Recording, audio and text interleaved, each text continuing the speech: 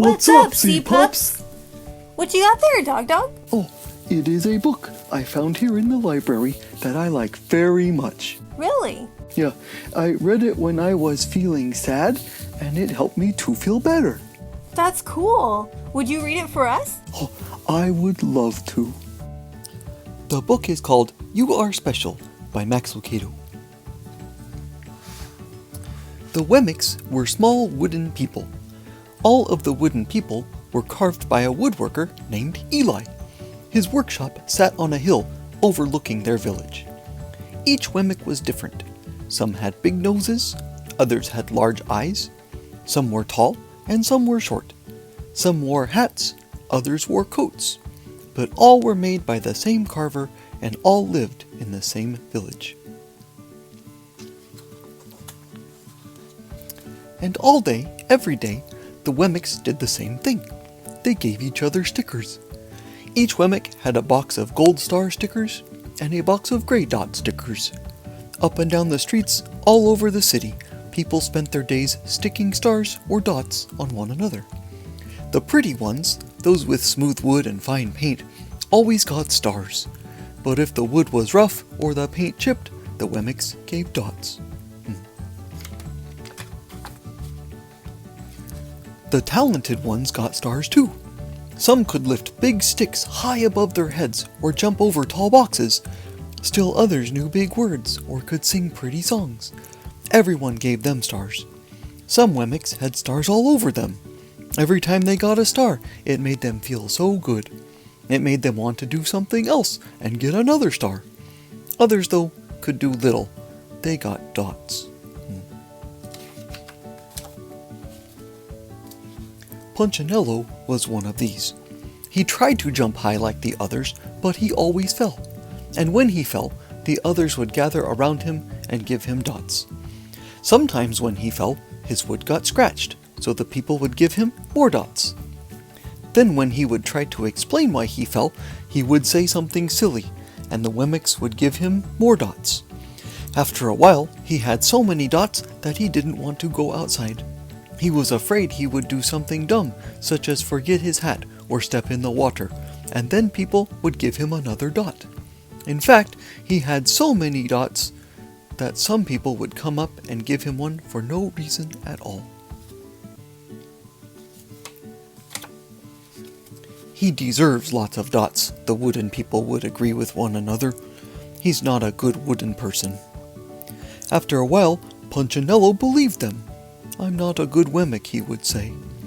The few times he went outside, he hung around other Wemmicks who had a lot of dots. He felt better around them.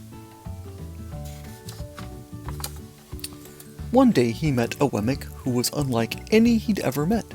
She had no dots or stars. She was just wooden. Her name was Lucia. It wasn't that people didn't try to give her stickers. It's just that the stickers didn't stick. Some of the Wemmicks admired Lucia for having no dots, so they would run up and give her a star, but it would fall off. Others would look down on her for having no stars, so they would give her a dot, but it wouldn't stay either. That's the way I want to be, thought Punchinello. I don't want anyone's marks. So he asked the stickerless Wemmick how she did it. It's easy, Lucia replied. Every day I go see Eli. Eli? Yes, Eli, the wood carver. I sit in the workshop with him. Why? Asked Punchinello. Why don't you go find out for yourself, Lucia said. Go up the hill, he's there. And with that, the Wemmick who had no stickers turned and skipped away. But will he want to see me? Punchinello cried out. Lucia didn't hear. So Punchinello went home. He sat near a window and watched the wooden people as they scurried around giving each other stars and dots. It's not right, he muttered to himself, and he decided to go see Eli. He walked up the narrow path to the top of the hill and stepped into the big shop. His wooden eyes widened at the size of everything. The stool was as tall as he was. He had to stretch on his tiptoes to see the top of the workbench. A hammer was as long as his arm. Punchinello swallowed hard. I'm not staying here. And he turned to leave. Then he heard his name. Punchinello? The voice was deep and strong. Punchinello stopped. Punchinello, how good to see you! Come and let me have a look at you. Punchinello turned slowly and looked at the large bearded craftsman. You know my name? The little Wemmick asked. Of course I do. I made you. Eli stooped down and picked him up and set him on the bench. The maker spoke thoughtfully as he looked at the gray dots. Looks like you've been given some bad marks. I didn't mean to, Eli. I really tried hard, said Punchinello. Oh, you don't have to defend yourself to me, child. I don't care what the other Wemmicks think, said Eli. You don't? Asked Punchinello. No, said Eli, and you shouldn't care either. Who are they to give stars or dots? They're Wemmicks just like you. What they think doesn't matter, Punchinello. All that matters is what I think, and I think you are pretty special. Punchinello laughed. Me? Special? Why? I can't walk fast, I can't jump, my paint is peeling. Why do I matter to you? Eli looked at Punchinello, put his hands on those small wooden shoulders, and spoke very slowly. Because you're mine. That's why you matter to me. Punchinello had never had anyone look at him like this, much less his maker. He didn't know what to say.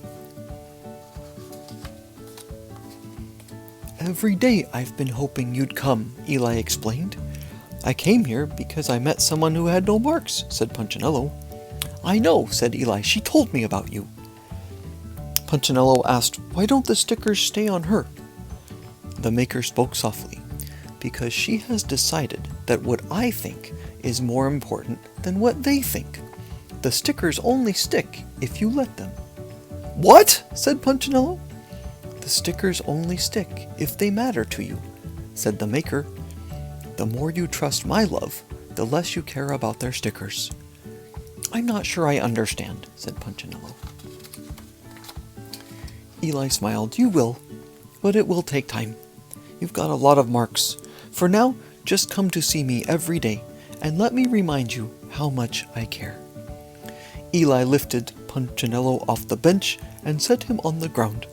Remember, Eli said, as the Wemmick walked out the door, you are special because I made you, and I don't make mistakes. Punchinello didn't stop, but in his heart he thought, I think he really means it. And when he did, a dot fell to the ground. Isn't that a great story? Yes, it is. And did you know that God feels the same way about us that Eli feels about Punchinello? The Bible has a lot to say about that in a lot of verses. Oh yes. That is why that story made me feel so much better. Because so often other people tell us that you're only special if you're super smart, or super strong, or super talented, or whatever. But God says that we are special to Him just because He made us. That's exactly right, DogDog. No matter what other people may say about us, what matters most is that God loves us and treasures us. Ooh, I like that word. He treasures us. Yeah, in fact, we have a super simple art project we can do today to help us remember that too. What you'll need today from your bag is the little wooden treasure chest box, the small plastic mirror, and the wood markers, and here's what we're going to do. First, open the treasure chest up so you can see the inside. Then have an adult help you peel off the sticky side of the plastic mirror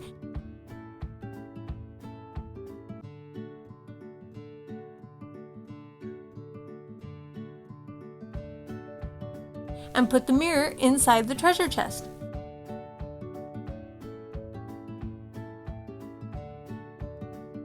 Then use the markers to decorate it any way you like. And every time you open it up and see yourself in the mirror, it can remind you that God treasures you. Oh yeah, because that is what's up, Seapups.